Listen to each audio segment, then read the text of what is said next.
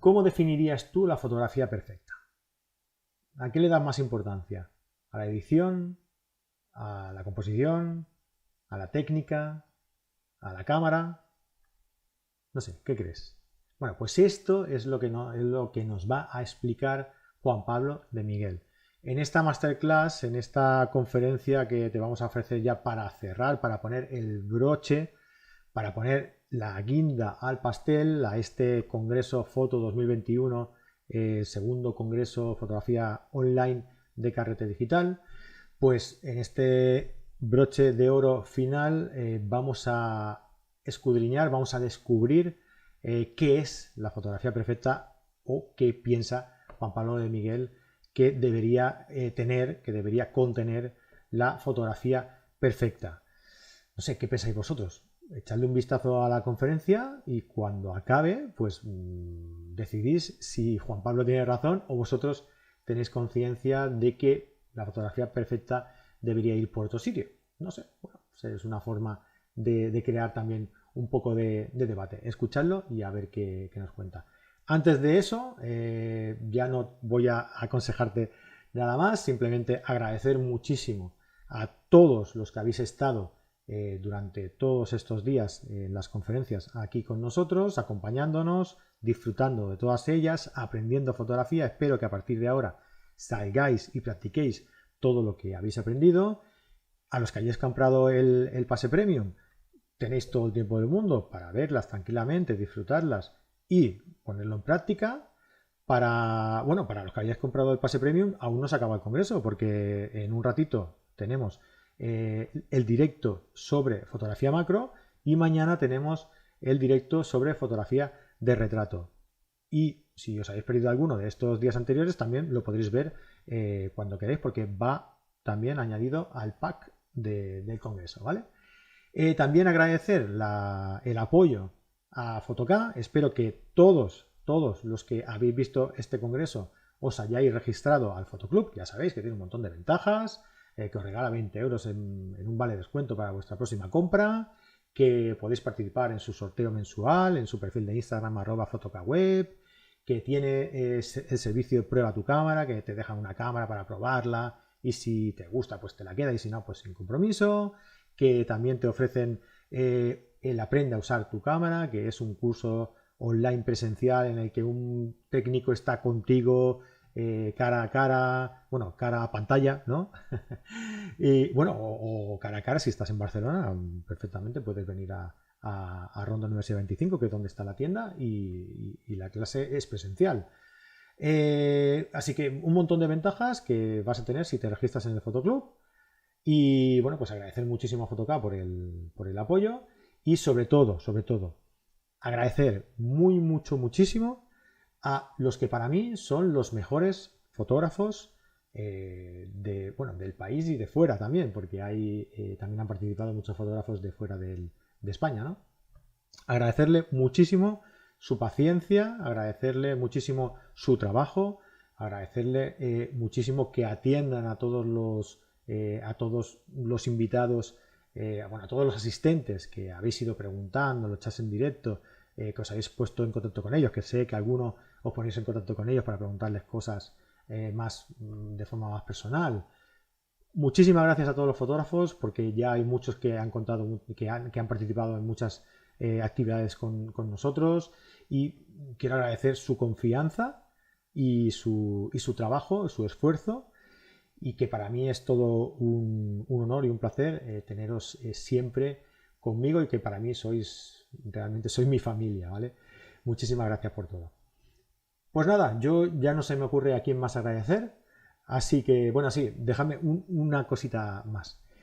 Muchísimas gracias a la gente que está detrás, que no se ven y que han trabajado muchísimo para que este congreso funcionara, fuera como un reloj, que cuando ha fallado algo han estado ahí intentando arreglarlo, solucionándolo, que han aportado contenido, que siempre están ahí para aportar contenido, y que son mis socios Fran Nieto y Vicente Nadal. Lo son todo para mí, mira. Así que no me quedaba más que aprovechar estos últimos segundos del congreso para agradecerles todo su trabajo, y que de verdad decirles que sin ellos yo no sería nadie. igual que sin vosotros. Muchísimas gracias, os dejo con la última de las conferencias, con Juan Pablo de Miguel. Un abrazo a todos y si queréis, nos vemos en Foto 2022. Hasta luego.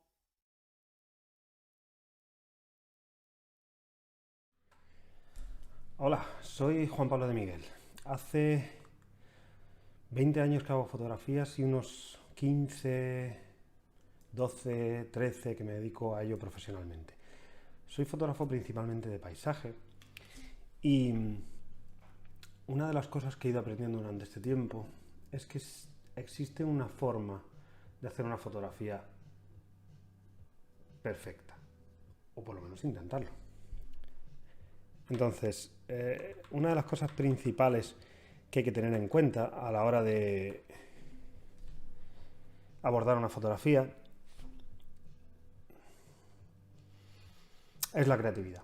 La creatividad va a englobar todo lo que vamos a ver aquí. ¿Y qué tipo de cosas vamos a ver aquí? Bueno, vamos a ver lo que yo llamo el triángulo de la fotografía perfecta. Es un poco grandilocuente, pero ya veréis cómo es bastante sencillo. Cuando abordamos una fotografía desde el punto de vista, insisto, creativo, tenemos todo junto, todo lleno de... el pegamento que une estos tres vértices es la creatividad.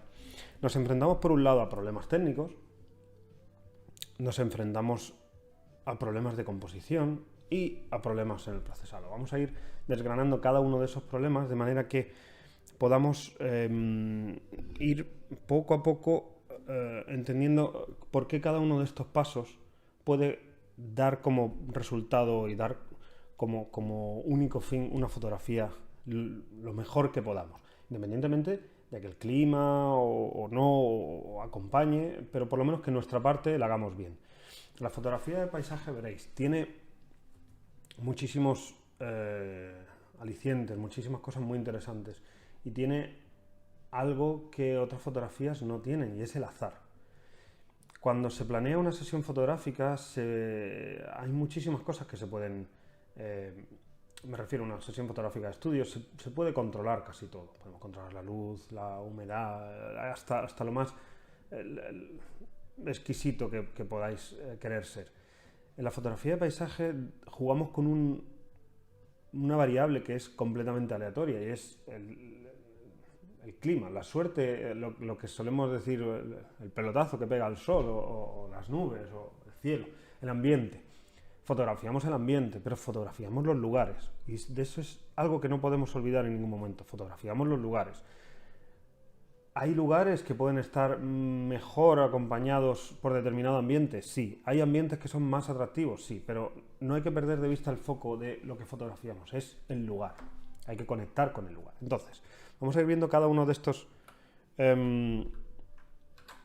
pequeños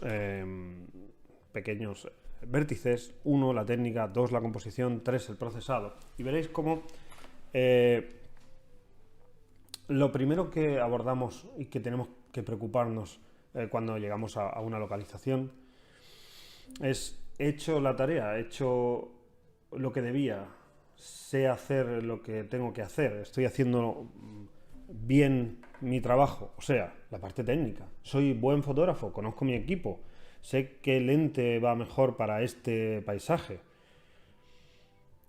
qué focal puede ayudar a hacer brillar más este lugar. Entonces aquí, por ejemplo, dentro de la técnica está dentro el triángulo de la exposición. Esto que estáis viendo no es el triángulo de la exposición, este triángulo es un triángulo que yo he desarrollado. Dentro del vértice de la técnica, del paso 1, por decirlo así, tenemos el triángulo de la exposición. Eso es algo que tenéis que conocer.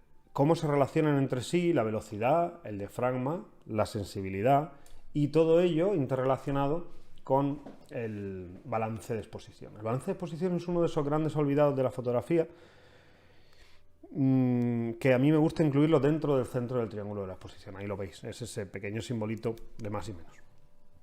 ¿Qué otras cosas hay que preocuparse en este punto de llegada al paisaje?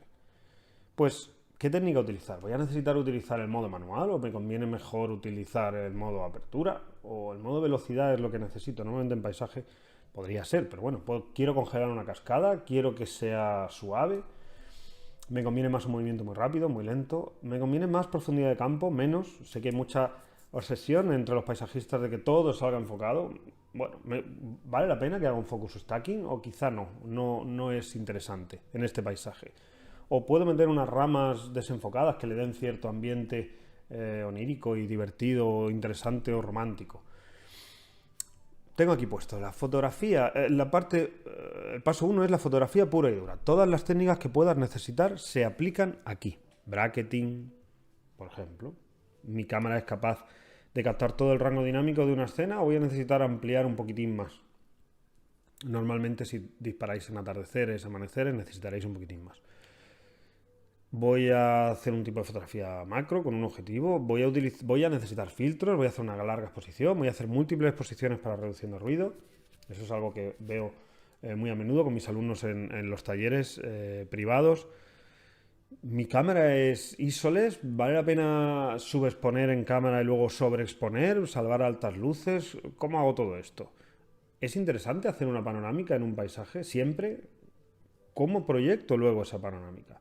¿Será horizontal? ¿Será vertical? ¿Puedo hacer una 360? ¿Puedo hacer una fotografía inmersiva? ¿Puedo luego reproyectar ese lugar? En resumen, todo lo que es de técnica fotográfica va aquí y lo tenéis que conocer. Y eso cuando lleguéis al campo, cuando lleguéis a un lugar, sea las hoces del Duratón, sea el río de vuestro pueblo o sea el Gran Cañón del Colorado, esto tiene que salir solo. Solo. No podéis pararos demasiado tiempo a pensar en esto, porque hay más cosas después para hacer. Esta parte tiene que ser tan fluida, tenéis que estar tan acostumbrados a tomar estas decisiones, que siempre digo a mis alumnos, cuando te compres una cámara nueva y estés aprendiendo, cuando te sientes a ver una película con Netflix, o antes decía, cuando te pongas un DVD, ten la cámara en la mano. Haz fotos en tu salón, haz fotos en tu casa, cambia la ISO, cambia la apertura, escucha cómo reacciona la cámara cuando suena una larga exposición o una exposición más cortita. Maneja tu cámara, de manera que cuando llegues al campo te sientas absolutamente confiado y feliz con ella y no necesites estar mirando dónde está el botón de la ISO, dónde se cerraba el diafragma, dónde se abría, cómo cambiaba esto, lo otro. Eso es totalmente el enemigo de la creatividad absoluto, es la inexperiencia técnica. Por eso esta parte de la técnica es tan importante. Necesitáis que la cámara sea una extensión de vuestra visión. Y para ello no puede haber un corte entre esa conexión cerebro-brazo y encuadre, que es el siguiente paso. Ese corte que se da cuando uno no maneja bien su equipo es el mismo que cuando uno quiere dibujar y va a dibujar y el lápiz no obedece. Yo tengo en mente la preciosa cabellera de un caballo, pero mi lápiz y mi mano no obedecen lo que yo veo. ¿Por qué se practica tanto con la gente que dibuja? ¿Por qué acaba siendo buenos dibujantes o pintores o cualquier disciplina que se necesite conectar el cerebro con el brazo? Porque haces que tus manos obedezcan. Eso es lo que necesitáis conseguir en esta parte. Primero, decisión respecto a qué técnica voy a utilizar, cuáles son interesantes para este paisaje y cuáles no. Y una vez que lo tengo decidido, voy a ponerlo en práctica a través de mis dedos, con mi equipo, con mi máquina. Eso no puede extenderse más allá de 2, 3, 4, 5 minutos de decisión de voy a poner esta lente, voy a poner esto, pongo un filtro, quito, esto me interesa, las nubes se mueven, no se mueven, pum, pam, pim, pum, pum. Porque el siguiente paso es composición. Aquí es donde uno tiene que echar el resto. No el resto, el 50% del resto. Dice aquí, la clave de una fotografía atractiva está aquí, es la composición. Esa es la clave. No es si he utilizado una panorámica. La clave de una fotografía atractiva no es el focus stacking. La clave de una buena fotografía no es hacer un bracketing. Eso es solo extensión.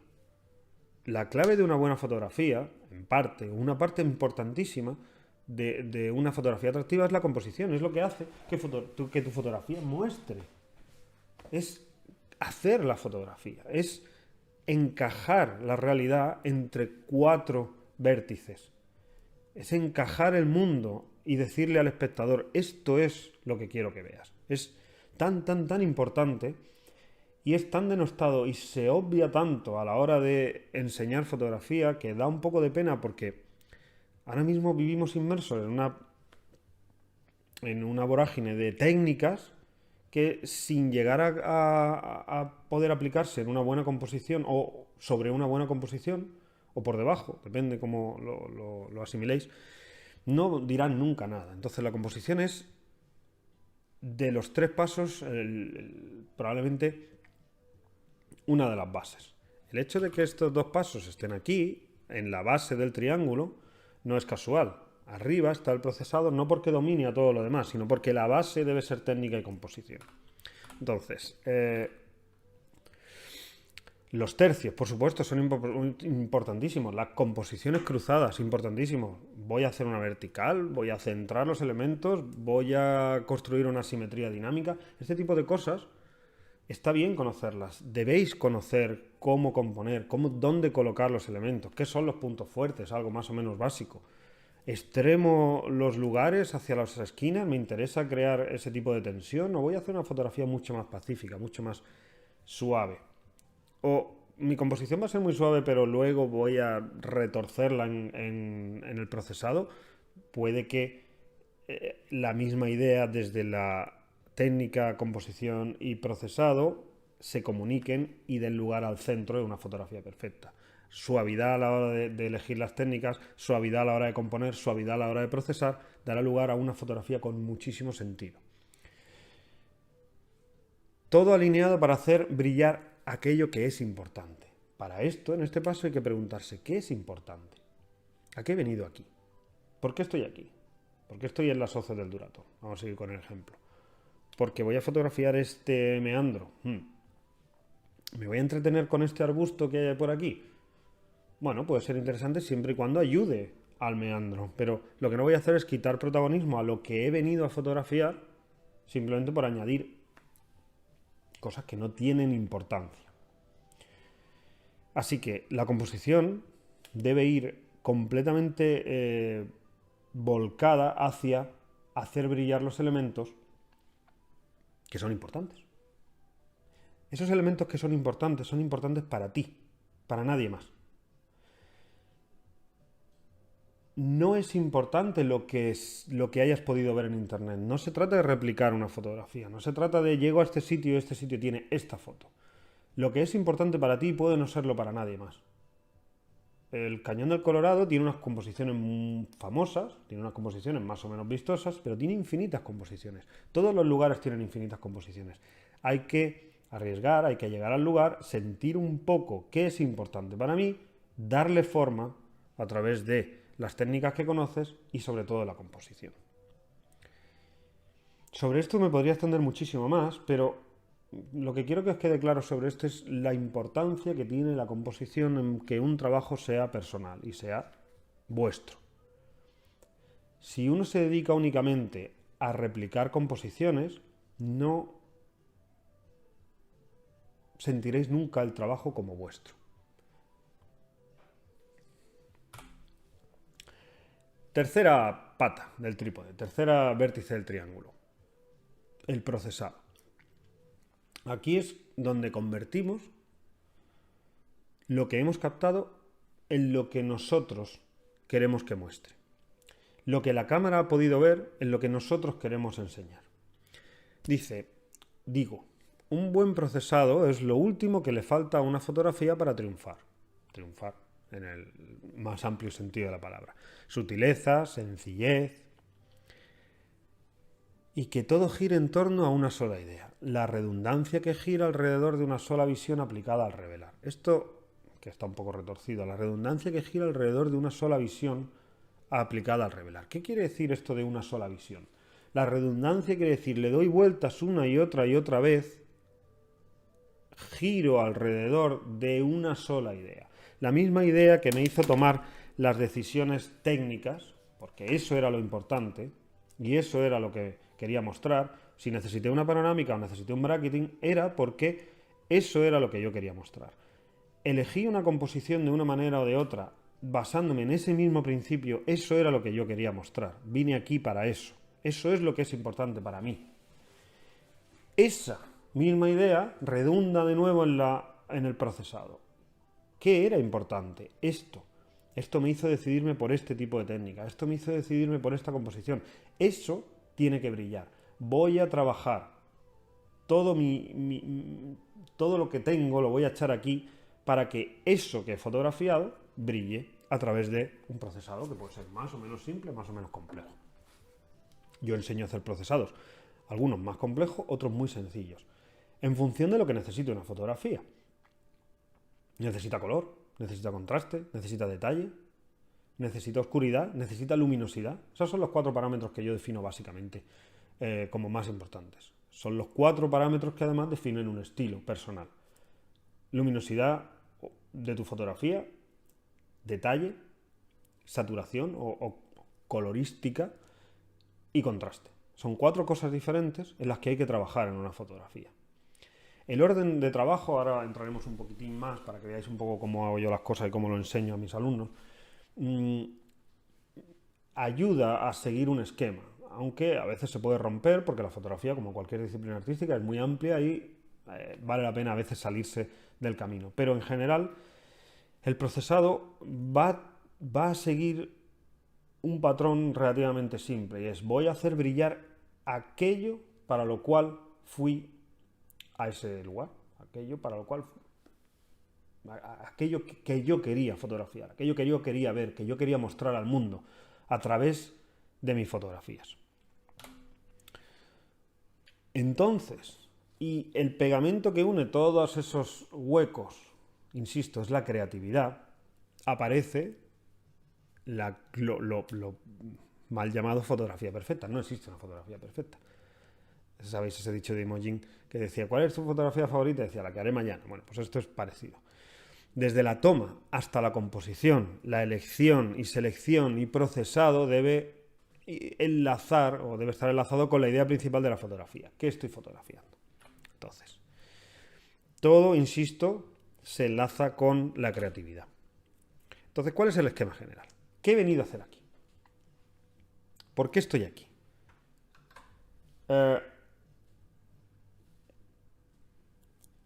¿Qué he venido a hacer aquí? Eso es... perdón. ¿A qué he venido? ¿Por qué me he pegado este madrugón? ¿Por qué estoy aquí a las 3 de la mañana? Solo, o con un colega aquí, los dos pasando frío. Esa es la pregunta que os dará la respuesta de técnica y composición. Para fotografiar la Vía Láctea, para fotografiar este cañón al atardecer, para fotografiar esta cascada. Vale. Esa os puede dar, ya os pone sobre la pista de: esto es lo que necesito, esto es lo que he venido yo a fotografiar. Si he venido a fotografiar una cascada y quiero que sea una cascada, eso ya me pone sobre la pista de qué técnicas utilizar. Larga exposición o corta o un gran angular quizá, porque me acerco, o me voy un poquito más lejos y utilizo una focal un poquitín más larga. He venido a estas horas de la noche a este bosque porque quiero fotografiar la Vía Láctea. Lo tengo claro. ¿Qué he venido a fotografiar? ¿Por qué estoy aquí? Para fotografiar la Vía Láctea. No la piedra, no el árbol, no el no sé cuánto. La Vía Láctea es mi protagonista. Es mi actor famoso. Así que todas las cámaras tienen que ir apuntando a él, porque va a brillar en su interpretación. La Vía Láctea es mi protagonista. Las técnicas de su composición tienen que ir orientadas a que ese actor, a que ese elemento brille lo máximo posible. ¿Qué técnica voy a utilizar? Bueno, pues las que yo sé que hacen brillar la Vía Láctea. Voy a necesitar una ISO elevada, una apertura más amplia para que el ruido no estropee los detalles de la vía. Las técnicas de enfoque que conozcáis, que os gusten más para... Yo solo uso una para fotografía nocturna, pero sé que hay distintas escuelas aquí, como con todo, pero lo que sepáis, haced brillar eso. No os pongáis a enfocar a una hiperfocal, a una piedra que está a 3,5 metros, si lo que quieres sacar es la Vía Láctea, que es lo que realmente has venido a hacer aquí. Composición, compón para que la Vía Láctea brille. ¿Es suficiente con una foto? ¿O quiero hacer un arco de Vía Láctea que se ve así, bueno, pues esa toma de decisiones os va a responder muy bien, os va a ayudar a responder esta pregunta: ¿qué he venido a hacer aquí? ¿Qué estaba haciendo yo allí? Ahora preguntamos en pasado. Esta es la post-selección. Veréis, es importante el triángulo, quiere decir, la técnica, la composición y el procesado, por supuesto. Pero aquí he añadido un paso más, en medio. Antes de pasar al tercer paso, hay aquí algo que normalmente se obvia, y es: de todas las fotos que me he traído esta noche o de este viaje, ¿cuáles voy a procesar? Porque voy a procesar, con suerte, ahora he vuelto yo de las tierras altas de Islandia. Llevo 30 fotografías procesadas en mi página web, en la colección de Islandia. Es posible que procese 10, 15 más. Y yo soy un fotógrafo de paisaje que procesa muchísimas fotografías. Lo normal de un fotógrafo de paisaje, de un viaje, puede sacar 8, 10. Esas 8, 10, 20 o 30 tienen que ser las mejores fotografías que hayáis sacado durante el viaje. No las podéis elegir a la ligera. A lo mejor os habéis traído 2 tarjetas de 64 GB, o a saber, y el dron, y la cámara pequeña, y oye, a lo mejor en el móvil ha salido alguna bonita. La cuestión es que hay que digerir todo ese material, y para ello hace falta ir masticándolo despacito y tragándolo. Y eso significa poneros delante de vuestro ordenador durante horas, más horas aún de las que paséis procesando, y eligiendo, seleccionando. Todas estas no, todas estas no. Y ahora, de estas 4 que son parecidas, ¿cuál es la mejor? Ahora veremos algún ejemplo. Y una última pregunta: ¿de qué iba mi fotografía? Revelado, digital e impresión. Ese es el último paso. Aquí vamos a hablar además un poquito de impresión después. ¿De qué iba mi fotografía? Hay una pregunta en presente y 2 en pasado. Porque una es en el momento, decisiones que tenemos que tomar en ese momento, y 2 son decisiones que tenemos que tomar habiendo pasado ya el momento de la fotografía. Así que, ¿qué estaba haciendo allí? Me ayuda a seleccionar. ¿Y de qué iba mi fotografía? ¿Qué quería enseñar? Bien, técnica y composición. Fijaos. Este es un ejemplo de cómo la decisión técnica y compositiva puede hacer que un lugar que en principio no tiene nada de especial brille. ¿Por qué? Por la elección de la velocidad, para empezar.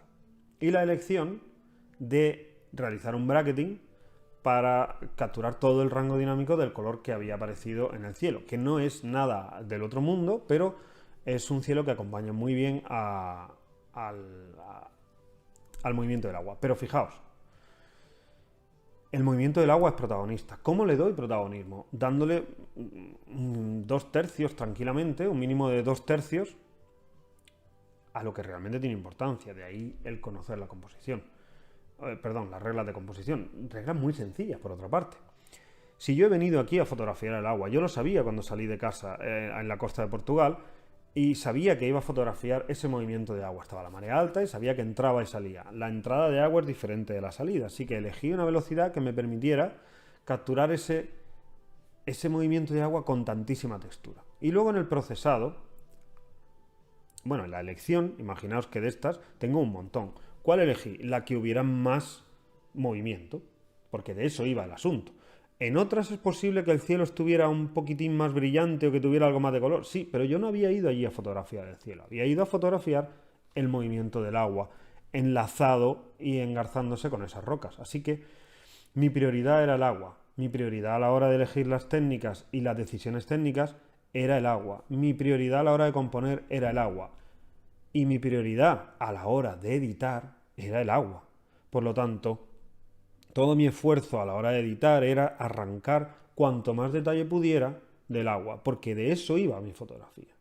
De eso iba a contestar estas preguntas, que eran: ¿qué he venido a hacer aquí? Fotografiar el agua. ¿Qué estaba haciendo yo allí? Fotografiar el agua. ¿Y de qué iba mi fotografía? Del movimiento del agua. Así que este fue el resultado. Aquí hay otro tipo de decisiones técnicas. Por ejemplo, yo había ido a fotografiar la cueva por dentro, aunque no sabía muy bien lo que me iba a encontrar, porque no hay muchísimas fotos de este sitio, y menos como esta. cuando llegué allí me sobrecogió la inmensidad, tremenda espacio vacío que había allí, y me di cuenta que con un objetivo de 15 milímetros llevaba en aquella época, un 15-30, no era capaz de captar todo lo que yo quería. Yo tiendo a ver mucho más de lo que mi cámara ve. Entonces elegí unos parámetros, hice un bracketing porque la luz que había fuera era bastante intensa, aunque ya estaba medio atardeciendo, eran como las 7:30 de la tarde por ahí. Y elegí y pude realizar una panorámica con bastante esfuerzo, la verdad, porque no tenía allí ni trípode ni nada. Estuve allí intentando no mover el eje de rotación, o sea, mi propio cuerpo y tal, para que luego encajara bien. Y la decisión de hacer una panorámica fue muy acertada porque con todas las fotografías y su proyección posterior pude presentar claramente, creo que se intuye. De hecho, esta fotografía tiene muchísima distribución en distintas editoriales para libros de los 100 lugares que tienes que visitar antes de morir. Ese tipo de publicaciones es muy usada. Fijaos el tamaño de las personas que están abajo, era un detalle que podía haber quitado con el tampón de clonar y tal. Creo que quité una cabecita que había por allí, pero le da dimensión y es muy interesante. De nuevo, las técnicas unidas a la composición son la clave. Cuando me puse a procesar, todo mi esfuerzo no era que el cielo del atardecer fuera súper potente. El color de fuera era un poquito más fuerte, yo lo dejé un poco más sutil, más suave. Todo mi esfuerzo iba en postproducción a que la textura del interior se viera bien, porque yo había ido ahí a fotografiar la cueva. Dejé casi que el exterior se quemara, con tal de que el interior se viera bien. Entonces, ese tipo de decisiones hay que tomarlas. Más decisiones. Oye, estoy aquí en una cascadita. Composición. Bueno, vamos a darle... Bueno, técnica. He venido a fotografiar esta cascada, pero yo no soy muy fan del agua lechosa, así que mi prioridad suele ser una exposición de agua de aproximadamente entre un cuarto de segundo y un segundo. Es como más me gusta, que tenga mucha textura, pero que sea de tipo larga exposición.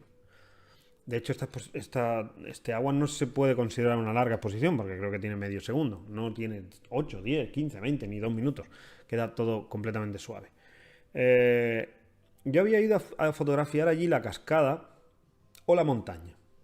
Bueno, pues aquí le añadimos un elemento nuevo y es la interacción de dos elementos que voy a fotografiar.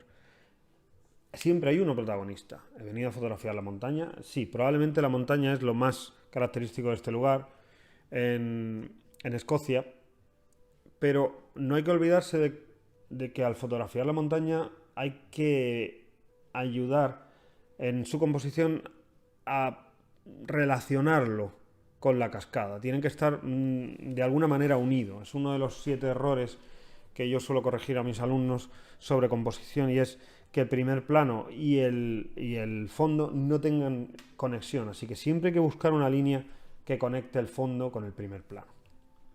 Es solo uno de los 7 errores. Limpieza en los bordes es otro. Eso lo hablaremos otro día. No me hacía falta una panorámica aquí. Con 16 milímetros creo. Cierra por abajo la hierbecita y la piedra. Suficiente.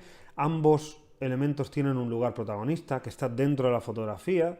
No están demasiado cerca de los bordes, están en puntos fuertes, la montaña está más o menos centradita, desplazada hacia la izquierda, la cascada es una composición relativamente cruzada.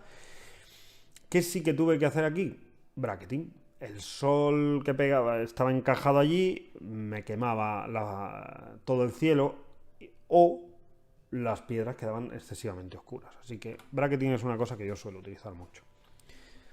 Otro acercamiento, esto no es paisaje, pero es el tratamiento del arte y de la reproducción artística como paisaje, que es como lo abordo yo. De nuevo, la técnica es importantísima. La colocación y la composición es absolutamente esencial en este tipo de fotografía. Técnica, ¿por qué? Porque aquí no puedes usar trípode. No te dejan utilizar. Esto es en Roma, normalmente no te dejan utilizar trípode en casi ningún sitio.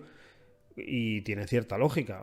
Hay muchísimos visitantes, no puedes ponerte tú a acaparar un espacio allí, así que yo respeto todas todas las opciones y todo lo que me digan.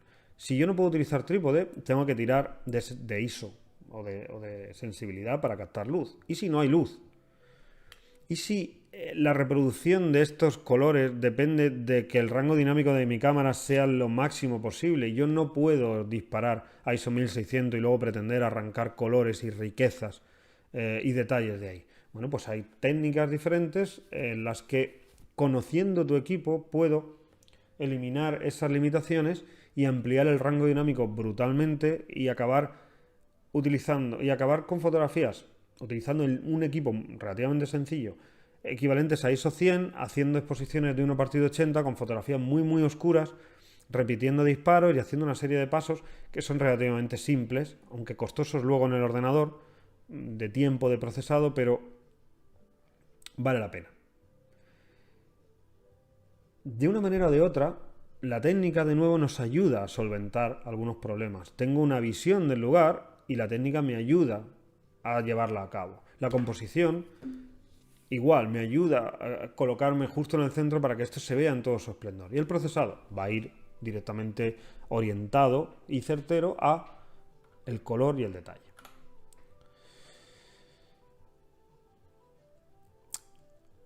En este caso, creo que la composición es lo que realmente marca la diferencia en esta fotografía.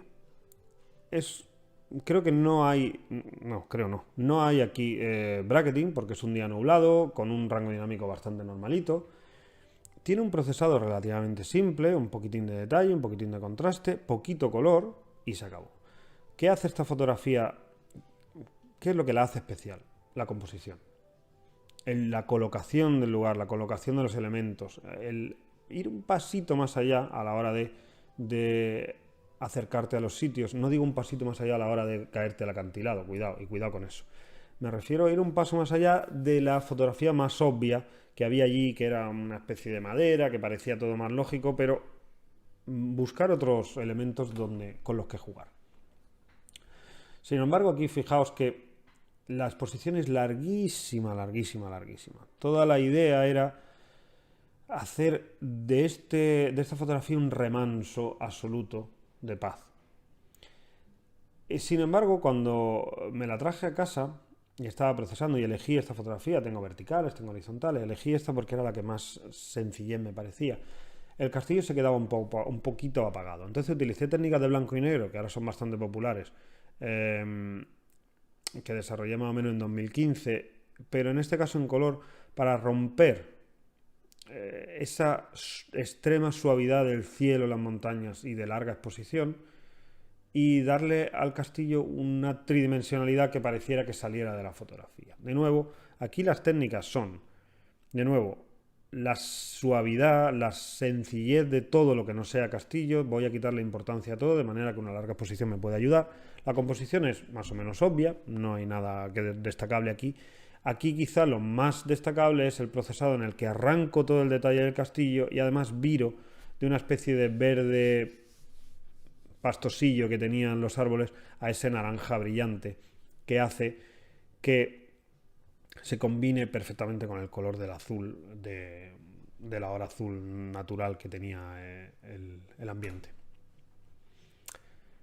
Más ejemplos de técnicas, más ejemplos de composición y procesado. El procesado de esta foto es extremadamente simple. Tiene pum pam fuera.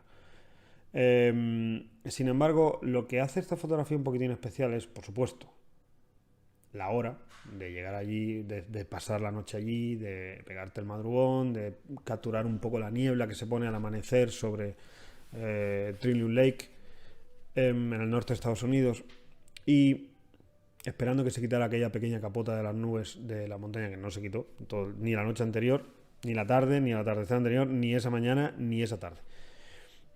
Y sin embargo, bueno, ahí está. Decidí quitarle un poquitín de protagonismo al volcán porque ya estaba negro. Y el sol salió de una manera increíble. La decisión técnica aquí más acertada fue que el doble sol a un F5 no tenía ni remotamente la misma gracia que a F18 16. Respecto a F18 16, 20, 22, yo no suelo cerrar más el diafragma debido a la difracción, de f16. Solo en algunos casos como estos, donde uno quiere alargar un poquitín más las estrellas, me permito el lujo de sacrificar algo de nitidez, algo no, bastante, y pasar hasta f18 o probablemente 20. Pero no es tanta la diferencia de f16 a f20 en cuanto a el largo que os hace la estrella y en proporción lo que se pierde de nitidez de f16 a f20 con casi cualquier lente. Por cierto, mucha gente me pregunta, ¿este tipo de estrella la hace el objetivo? ¿La hace o no la hace? Hay algunos que hacen la estrellita más corta, los hacen más cortos, otros muy largos. Es una cuestión de construcción. Este objetivo es el 16-35 de Sony, lo hace. El F4, el 2.8 por ejemplo, no lo hace igual. Es mejor objetivo, es un poquito más grande, más pesado, es más caro, es 2.8 de máxima apertura. Sin embargo, esa cualidad no la tiene. La decisión de añadir esas pequeñas piedrecitas en el primer plano era básicamente porque los rayos se entrecruzaban demasiado y era un poco confuso en el primer plano, así que decidí añadir algo ahí simplemente para romper un poco, para que tuviera un pelín de soporte. El horizonte en el centro es una de las pocas ocasiones en las que yo suelo desplazar del tercio superior o el tercio superior y lo pongo en el centro, y es cuando hay un reflejo. Porque cuando me pregunto qué he venido a fotografiar aquí, la respuesta es el sol y el volcán. Y resulta que hay dos soles y dos volcanes. No puedo decidir subir o bajar. Así que tiendo de manera natural a colocar el horizonte en el centro cuando tengo un reflejo tan bonito como este. Ejemplo de composición. Por cierto, ejemplo de composición, y esto está puesto aquí para que veáis el efecto de trabajar en Photoshop primero una proporción es un poquito más cuadrada, esto es 8:10, pero aquí me gustaría romper una lanza porque utilicéis Photoshop con el fondo mucho más clarito. Fijaos el efecto de esta fotografía sobre fondo blanco y sobre fondo negro. Sobre fondo negro esta fotografía brilla muchísimo más, pero tenéis que entender una cosa. Las fotografías rara vez se exponen sobre fondo negro. Los passepartout no suelen ser negros. Y si solo utilizáis aplicaciones de móvil, rara vez se ven sobre un fondo negro. Suelen ser fondos e interfaz más luminosas. Entonces, trabajad con un gris neutro claro vuestras fotografías. Trabajad sobre un fondo muy oscuro, como viene por defecto las aplicaciones hoy en día, son más elegantes, pero pueden llevar a error. Uno de los errores más comunes y de los problemas más comunes es la impresión. Mis fotografías se ven oscuras. Sí, porque trabajar con el monitor así nada tiene que ver con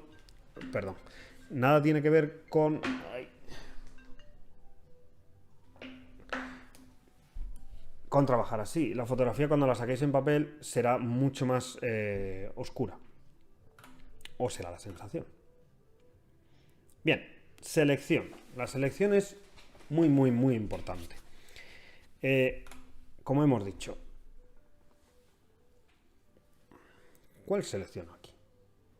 Las dos son prácticamente iguales. De hecho, están hechas un minuto después que la otra, o 2 minutos. ¿Es más interesante el suelo de la izquierda o el de la derecha? Bueno, pues hay que elegir.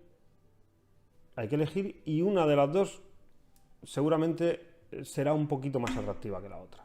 ¿Más atractiva para quién? Para vosotros. Pues elegid la que os sea más atractiva, la que sea más interesante, la que os resulte más placentera. Lo que sí os recomiendo es que no lleguéis a un lugar y hagáis 30 veces la misma foto, porque entonces os vais a volver locos para elegir, porque son la misma foto todo el rato. Cambiad mucho. Es verdad que teniendo muchas opciones también os vais a volver locos para elegir una o dos, pero tendréis un abanico importante de fotografías para elegir. Entonces, este es un ejemplo típico de... son muy parecidas, pero a la vez son muy diferentes. Hay que elegir.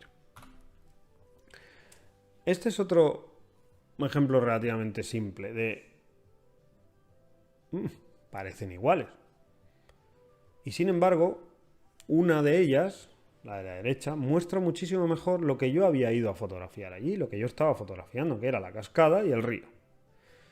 La de la izquierda muestra una parte importantísima de la fotografía está llena de césped, de vegetación verde. La vegetación verde no era mi protagonista, no era lo que yo quería fotografiar. Durante un momento pensé que podía ser interesante hacer un focus stacking, de hecho creo que es parte de un focus stacking y sacar ahí un poquito más de detalle.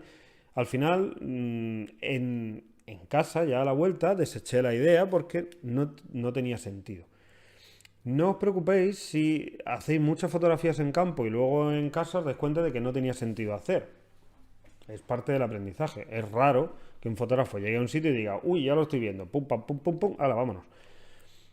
No, eso no pasa. Es un proceso del propio aprendizaje del lugar. Llegas al sitio, te acercas, puedes fotografiar mejor o peor y según vas viendo un poco lo que tienes, dices, va, pues me acerco un poquito por aquí, un poquito por allá, a ver si puedo saltar, a ver si me puedo meter el trípode en el agua. Vas avanzando poco a poco en conseguir la visión que tienes del lugar.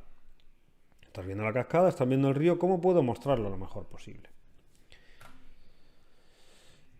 Mira, de estas dos fotografías, estas fotos por cierto están sin procesar, son los RAWs directamente. Sí. Que por cierto, de nuevo, aquí elegí una técnica que el agua fuera atractiva porque estaba fotografiando el agua. No hacía falta hacer bracketing ni nada porque con un solo disparo era suficiente. Sí que hay polarizador para que el blanco del río resalte más sobre un agua mucho más oscura sin reflejo. ¿Qué voy a hacer en postprocesado en esta fotografía? Pues lo tengo clarísimo. Voy a arrancar todo el detalle que pueda y todo el protagonismo que pueda a la cascada y al agua. Viñetearé, haré lo que necesite para que el espectador no pueda evitar mirar a la cascada y mirar al agua, que era de lo que se trataba. Y aquí, parecen, a simple vista, las ves las dos juntas y dices, pues son iguales. No exactamente. La de la izquierda es una perspectiva lateral desde el mismo sitio, pero un pequeño recorte. Me imagino que estaba utilizando un 24-105, que es una lente que yo utilizo mucho. Pues estaría como a 35, 40, 50 por ahí. Y la de la derecha pues estaría a 24. Donde se ve mucho más amplio todo. Fijaos que cuando yo voy allí y tengo que elegir luego en casa, tengo que pensar esas preguntas que me hacía. Cuando estoy haciendo la foto me pregunto, ¿qué estoy haciendo aquí? Vale, eso me ayuda a decidir las técnicas. Voy a hacer una larga exposición, que está el agua suavecita. Voy a ver si puedo capturar de la mejor manera estos colores del amanecer, el frío, la calma, la quietud del lugar. Perfecto. Cuando llegas, la selección. Estamos en este punto. ¿Cómo selecciono? ¿Cuál de estas dos fotografías voy a editar? ¿Cuál va a ir a mi portfolio? Tanto si sois profesionales como si no. ¿Cuál va a ir a mi portfolio? ¿Cuál quiero que posibles clientes o posibles negocios que ocurran alrededor de tu portfolio giren en torno a cuál de estas dos fotografías? No son iguales.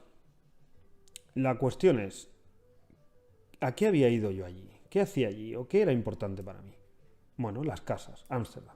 Fijaos que la de la izquierda, la mayor parte de la fotografía está ocupada por Ámsterdam. Hay una pequeña porción de cielo y una pequeña porción de reflejo en el agua, en el canal. A la derecha también es una fotografía bonita, también es una fotografía atractiva. Además tiene ese plus de interior y de perspectiva. Y sin embargo, lo que me ocurre con la foto de la derecha es que hay casi la misma cantidad de cielo reflejado y cielo normal, cielo de cielo, que de casas. Están compitiendo, el peso del cielo en el reflejo y el original están compitiendo por la atención de Ámsterdam. Digamos que, ¿qué es protagonista ahí? ¿El amanecer o Ámsterdam? ¿O las casas? En la foto de la izquierda, no tengo duda, las protagonistas son las casas, los barcos y el puentecito del fondo, aquellas casitas del fondo. En la foto de la derecha no lo tengo tan claro. ¿Qué es el protagonista? Si me le preguntan al fotógrafo, que soy yo, diría, no, yo quería fotografiar las casas, pero si le preguntan a alguien completamente de fuera, podría decir, ¿de qué es esta foto? Y te puede decir, es un amanecer, ¿no? Esa es mala respuesta si lo que tú querías fotografiar era Ámsterdam al amanecer, no el amanecer sobre Ámsterdam. Son dos conceptos completamente distintos que en esta fotografía se reflejan perfectamente bien. La izquierda es Ámsterdam al amanecer, la derecha es el amanecer sobre Ámsterdam. Se lo come, lo aplasta, lo reduce a una línea. Entonces, en función de lo que queráis, tenéis que elegir una u otra. En la segunda, además, la de la derecha tiene otro problema, y a la hora de editar, queriendo darle además menos protagonismo al cielo o lo que sea, se cierra la fotografía por arriba y por abajo, se oscurece y todavía más peso le añadimos al cielo y al reflejo, por lo tanto las casas quedan como en una especie de túnel que no funciona. Y aquí, esto es un paseo que te puede dar por allí alrededor de Noruega, de estas cascadas que no me voy a acordar cómo se llaman ni de lejos. No lo tengo por ahí, pero a saber. Y las posibilidades allí son muy grandes. La fotografía de la izquierda no tiene para nada el mismo aspecto que la derecha. Fijaos, en la de la izquierda se ven dos cascadas y el río hacia el fondo, cayendo. El valle se va hacia el final.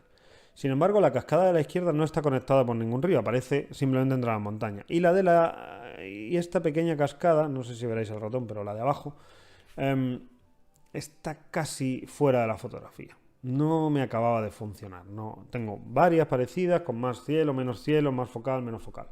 La foto de la derecha, aunque no se muestra la cascada pequeña de abajo, la cascada tiene una continuidad muy grande. Cae por aquí, cae, choca aquí y se va. Hay un recorrido visual mucho más claro y mucho más sencillo. Por lo tanto, la elección para mí era clara y creo que una de las que tengo editadas en mi web es parecida a esta, probablemente en vertical, alguna otra como a la izquierda. Voy probando, pero el ejemplo que os quiero, o sea, lo que os quiero transmitir es la sutileza en las composiciones. Cómo se puede elegir mejor una fotografía que otra en función de lo que queráis transmitir. Y aquí, en Indonesia, tenemos dos fotografías de nuevo que parecen iguales porque están sacadas en el mismo momento, son dos fotos diferentes, no es un recorte una de otra. Y bueno, yo he preguntado a distintas gente a lo largo del tiempo cuál es más interesante, y aquí no hay una opinión generalizada, a cada uno le gusta uno. En la de la izquierda, sin embargo, sí os puedo decir, bajo mi punto de vista, qué prima más. En la de la izquierda es una fotografía en la que se ve claramente la caída del cráter. A la derecha hay un volcán. Un cráter de un volcán, del Bromo.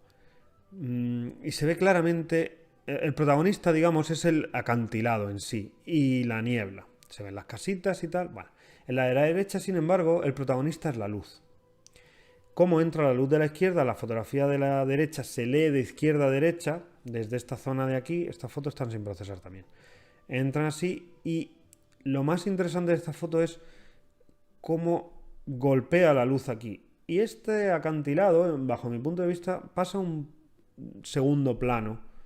No es tan protagonista como lo es aquí. Entonces, de nuevo, es interesante que reflexionéis un poco sobre la importancia de la composición en vuestras fotografías. Si en la de la izquierda lo que más impacta es la caída, quizá tenga más sentido a la hora luego de procesar potenciar eso.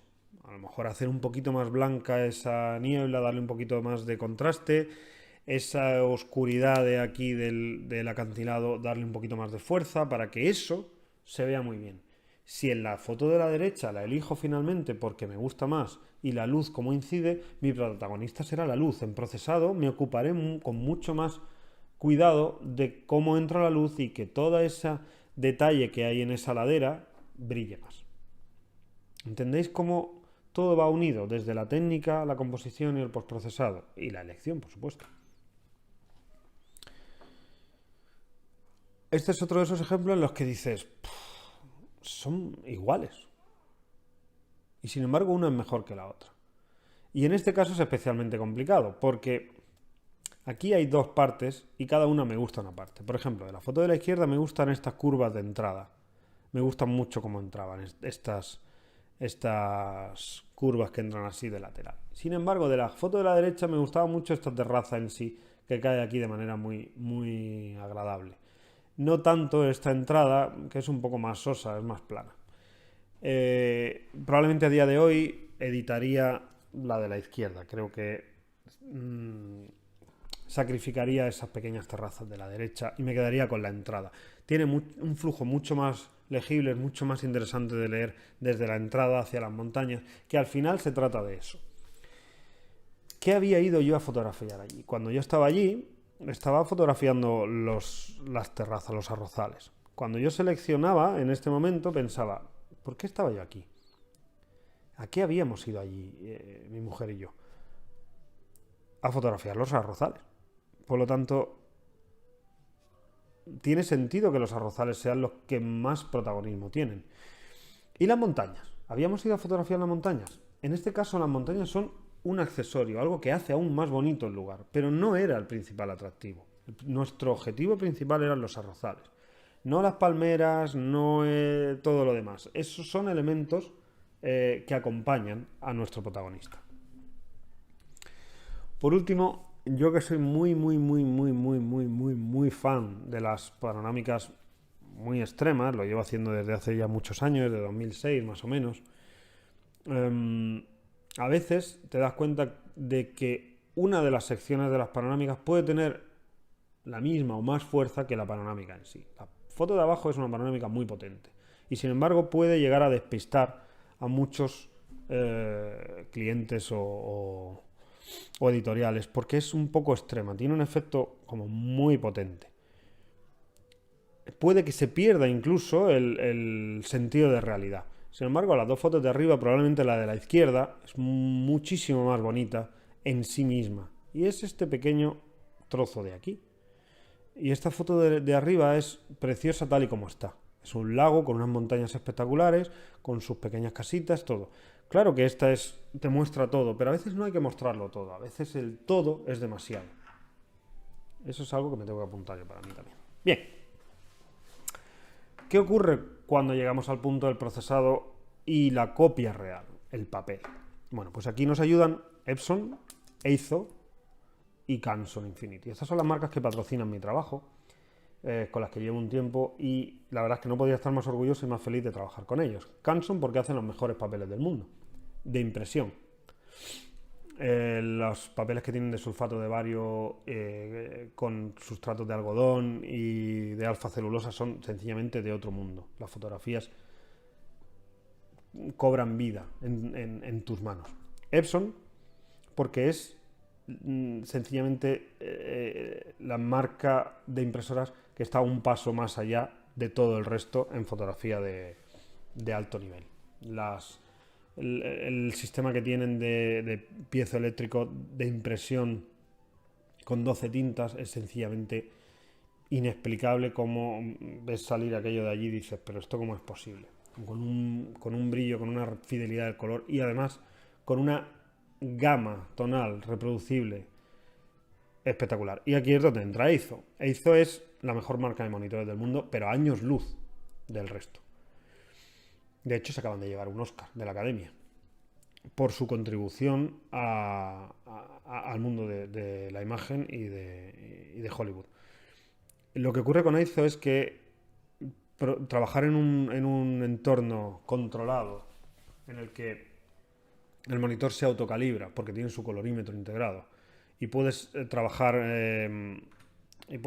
con él con total fidelidad, con total seguridad, te ayuda a que ocurra algo muy curioso, que es, si no me tengo que preocupar de los pequeños pormenores, de los quebradeos de cabeza que me da la gestión del color, todo mi esfuerzo y toda mi creatividad va enfocada a la fotografía o al vídeo, o ambas. Si no me tengo que preocupar de si estoy haciendo bien las cosas, si no me tengo que preocupar sobre si los demás estarán viendo bien esto, o por qué esto se está imprimiendo de manera distinta, o me tiemblan las canillas cada vez que mando a un laboratorio o una copia porque no sé lo que voy a recibir, o incluso alguien me ha pedido una copia porque le gusta mucho mi trabajo, o alguna editorial me ha dicho, oye, para una página central va a ser fotógrafo del mes, y me dan los sudores cuando me dicen, están muy oscuras o están un poco raras. Es que no tengo bajo control la situación. Entonces aquí en la confianza de una marca como esta y poder trabajar con ellos y que patrocinen tu trabajo y despreocuparte totalmente, tanto lo hago yo como lo podéis hacer vosotros, de esa parte en la que sabes que lo que estás viendo está en absoluto control sobre lo que va a ocurrir después, te permite trabajar con una sonrisa y decir, esto que estoy viendo es la realidad. Y si los demás no lo ven así es porque están equivocados. Esto es como el chiste que decía, van todos con el paso cambiado menos mi Manolillo. La tranquilidad que te da trabajar con un entorno de trabajo controlado, con un entorno, con una gestión del color tan buena como hace ISO en sus monitores, con su software, te da tranquilidad. Y eso te da alas a la creatividad. Entonces, estamos aquí. Va. ¿Qué es el procesado y la copia real? Pues procesar con sentido de continuidad. Esto que hemos visto de 1, 2, 3, esa es la continuidad. Insisto, ¿qué estaba haciendo allí? ¿Qué estoy haciendo? ¿Para qué había ido? ¿Y cuál era el sentido de mi fotografía? Técnica, composición, procesado. Después, ¿de qué iba mi fotografía? Estos son los pasos que yo sigo para procesar una fotografía. Primero, preparar correctamente el RAW. Hay que saber qué hacer con el RAW. El RAW no es cualquier cosa, ni todos los reveladores RAW preparan el RAW de la misma manera. En función de si te gusta más Lightroom o Capture One, que son los dos reveladores RAW que yo recomiendo actualmente. Hay muchos más, algunos son muy interesantes. El RAW Therapy y algunos son bastante complejos, pero para una fotografía profesional y fluida, Capture One y Lightroom son muy buenas opciones.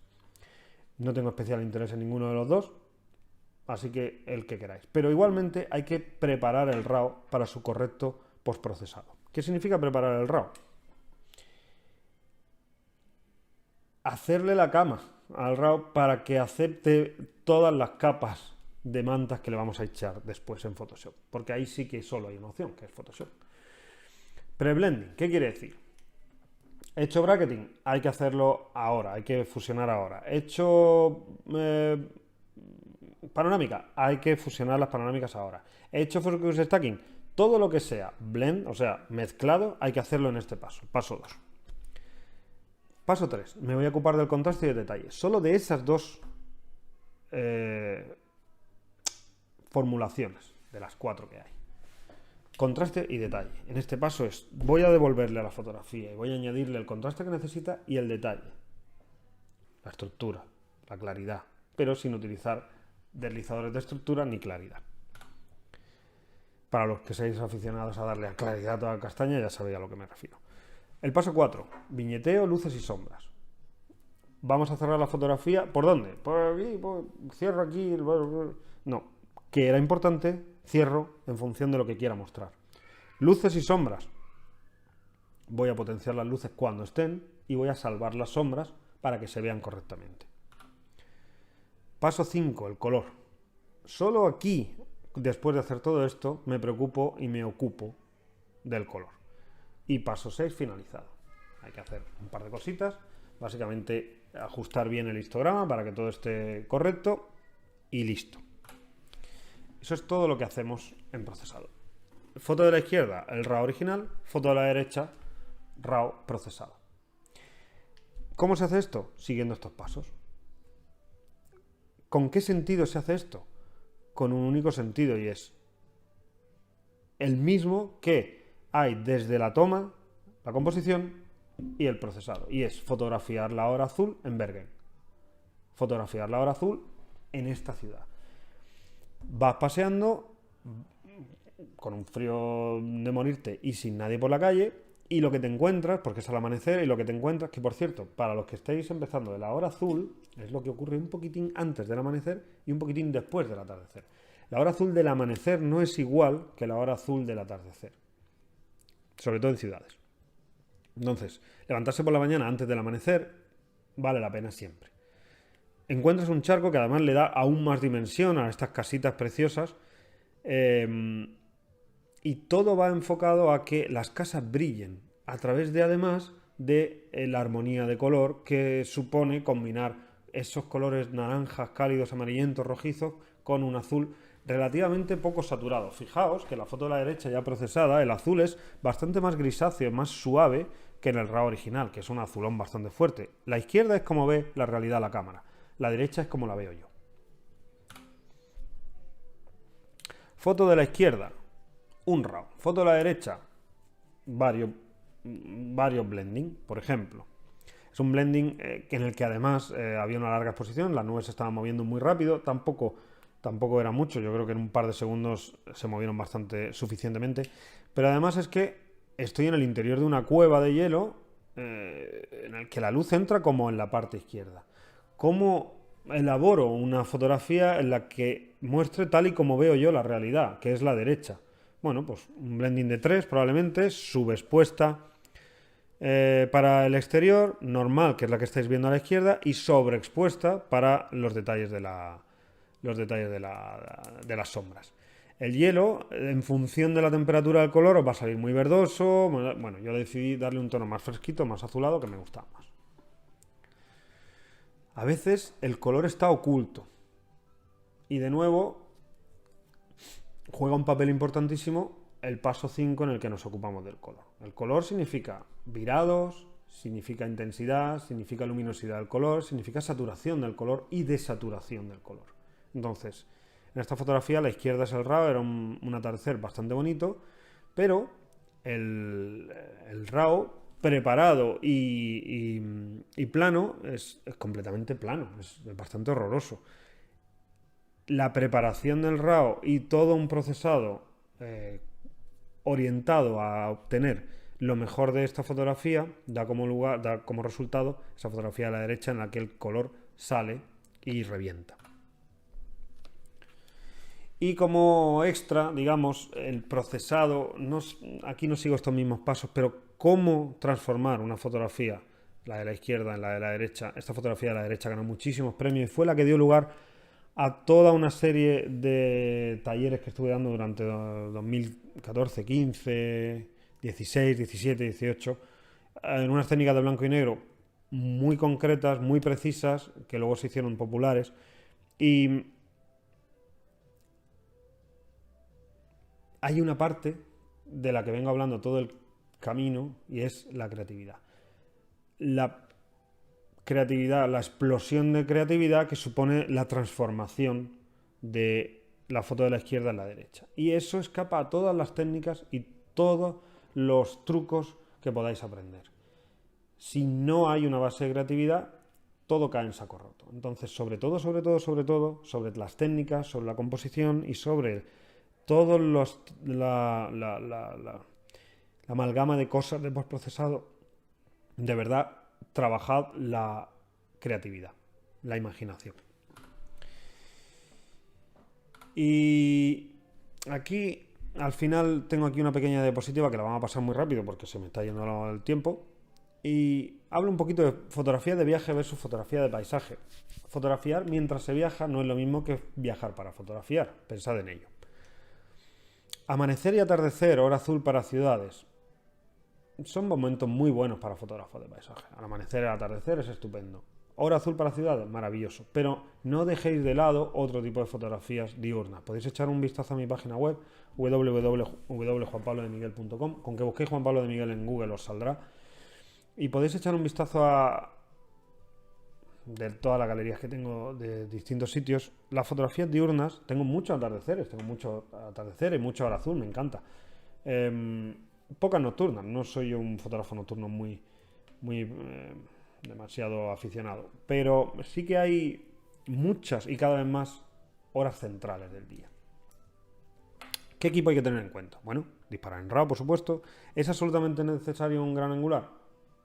No absolutamente necesario. No, para los que lo estáis viendo esto y estáis preocupados sobre si, hombre, no tengo un 16 milímetros full frame, tal, puedo... Bueno, respecto a eso, ¿es absolutamente necesario un full frame? No, para nada. Y desde hace unos años para acá, menos. Y cuando digo es necesario me refiero para hacer un trabajo profesional, no lo es. Evidentemente, cuando mejor sea vuestro equipo, más facilidades tendréis para hacer ciertas cosas, pero ya la línea es muy difusa entre un equipo aficionado y un equipo profesional. Hay algunos casos en los que sí, un alumno me llega y me dice, oye, quiero ser profesional de fotoreportero de deportes y tal. Bueno, pues te hace falta una máquina que no te falle el foco, objetivos que no te fallen el foco y además una ráfaga, ta. Bueno, hay determinados casos. Oye, yo me quiero ir a África a hacer bichos. Bueno, vas a necesitar un 100-400, a lo mejor un duplicador, necesitarás una máquina que, de nuevo, te clave el foco en el 90% de las fotos, que además cuando tengas que subir la velocidad a base de ISO no te destroce las fotos con la sensibilidad. Bueno, hay ciertas cosas. ¿Solo hago fotografía nocturna? ¿Hay algunas máquinas que son especialmente buenas? Sí, hay máquinas que tienen muy poco ruido y que dejan otro tipo de aspectos alejados, pero con cualquier máquina de gama media o alta se puede hacer un trabajo profesional maravilloso. No digo súper alta, ¿vale? No digo 3.000 euros ni 4.000 euros de máquina. ¿Un buen trípode hace falta para largas exposiciones? Sí. ¿Cuándo hay que poner el trípode? Solo en 2 ocasiones. Os parecerá raro, porque sé que muchos de vosotros, aficionados o no, lo primero que hacéis cuando lleguéis a un lugar es plantar el trípode, haga falta o no. Y cuando digo haga falta, ¿a qué me refiero? ¿Vas a hacer una larga exposición? No. ¿En qué caso hay que hacer una larga exposición? ¿Hay poca luz o tengo un filtro de densidad neutra? O sea, necesito más tiempo de exposición del que normalmente tendría. Esos son los únicos casos en los que yo utilizo un trípode. No me gusta nada el trípode, lo detesto. Me horripila estar en el mismo sitio todo el rato. Me viene estupendamente y lo adoro cuando quiero hacer una exposición de 30 segundos de una foto nocturna o de un agua muy suave. Pero el resto del tiempo, si me lo puedo quitar de encima y no usarlo, prefiero agacharme, prefiero levantarme, me giro, me tiro al suelo, salto, lanzo la cámara, hago lo que sea. Para los que habéis aprendido salir del coche, coger la mochila, sacar el trípode, llegar al sitio y poner el trípode, haga falta o no una larga exposición, me ayuda a concentrarme, me ayuda a componer. Probad a colgaros la cámara al cuello con vuestra cinta, ponedle la cinta y buscad composiciones. Disparad con una F más o menos abierta, velocidades cómodas, 1/100, 1/80, 1/200, 250, lo que sea. Y disparad mucho, buscad encuadres. Porque si no, os vais a volver a casa con la misma foto, en vertical y en horizontal, repetida 300 veces. Filtro de densidad neutra. ¿Son interesantes? Son muy interesantes para larga exposición diurna. ¿Aplicaciones para el móvil? Hay varias que te dicen por dónde va a salir el sol, o a qué hora se pone, a qué hora se sale. Es bastante interesante. La regla de los tercios, que decía uno, ¿hay que conocerla para romperla? Bueno, hay que romperla cuando haga falta, pero en general ayuda mucho. Y luego cosas de organización. Por favor, tened en cuenta las temporadas de acceso. No viajéis al fin del mundo para luego daros cuenta de que no puedo llegar. ¿Qué me ha pasado? Flexibilidad, plan B y C. Significa, tengo unas ganas increíbles de ver este sitio y he viajado hasta este lugar para ver únicamente este sitio y este sitio ahora le pasa cualquier cosa. Yo qué sé, hay un incendio o hay cualquier tipo de impedimento que no me permite fotografiar allí. ¿Qué hago? ¿Me deprimo? ¿Me vuelvo al hotel? ¿Me vuelvo hecho una catástrofe? ¿O tengo un plan B? Voy a ir a este sitio, a otro, o improviso. Vale la pena. Probar composiciones antes del amanecer y el atardecer. Esta es una pregunta interesante que me hicieron en una conferencia. Había muchísima gente, como, no sé, 2.000 personas, y me quedé un poco sorprendido porque es una pregunta muy compleja. Una vez que hemos encontrado un encuadre que me gusta, ¿me quedo ahí haciendo fotos o me muevo con la luz? Y para esto hay que acordarse de una cosa. La fotografía de paisaje es fotografiar un lugar, sí. Pero ese lugar no tiene sentido si no está iluminado. Los fotógrafos fotografiamos la luz sobre los objetos. Entonces hay que encontrar un equilibrio. Ninguna de las dos respuestas sería correcta. Ni me quedo en el mismo sitio independientemente de lo que haga la luz, ni tampoco voy a modificar tremendamente una fotografía que sé que está funcionando porque ahí arriba ha salido un poco de color en el cielo, entonces voy a levantar el encuadre y voy a mirar hacia arriba y me voy a cargar la composición. Pero hay que encontrar un equilibrio entre lo que estoy fotografiando, lo que estoy viviendo, lo que estoy mostrando y la luz que lo ilumina. El fotógrafo que acaba encontrando un buen equilibrio es el que destaca sobre los demás. Ropa de abrigo, ropa seca en el coche, después de una noche haciendo fotos o una tarde haciendo fotos y subiendo una loma, luego uno vuelve sudado y sabe bien cambiarse de camiseta. Bota impermeable, spray para osos. En Canadá y en Estados Unidos, el que ha viajado, puede que alguno incluso haya tenido un encuentro asustadizo. Linternas, comida y, por favor, cuidado con las mareas y la fuerza de los océanos. Por desgracia, he tenido la mala fortuna de vivir algunas situaciones de mucho peligro y alguna muerte de algún amigo y alguna terrible tragedia, y no es ninguna broma. Los mares se llevan por delante a la gente y a los fotógrafos los primeros, así que tened muchísimo cuidado. Así que muchísimas gracias, espero que os haya gustado. Visitad mi página web, donde hay una cantidad de fotografías tremenda. Y además hay una sección donde podéis, tengo un pequeño blog donde tengo unos cuantos artículos escritos, espero que vayan siendo más, me cuesta mucho sacar tiempo. Y lo que me gustaría es que... Vaya por Dios. Lo que me gustaría es que además echarais un vistazo a la academia, donde podéis ver todos los cursos que ofrezco, toda la formación que está disponible, y ahí mismo podéis incluso daros cuenta de lo amplia que es la formación fotográfica y lo interesante que es. Así que un abrazo a todos, a todas, y a cuidarse. ¡Chao!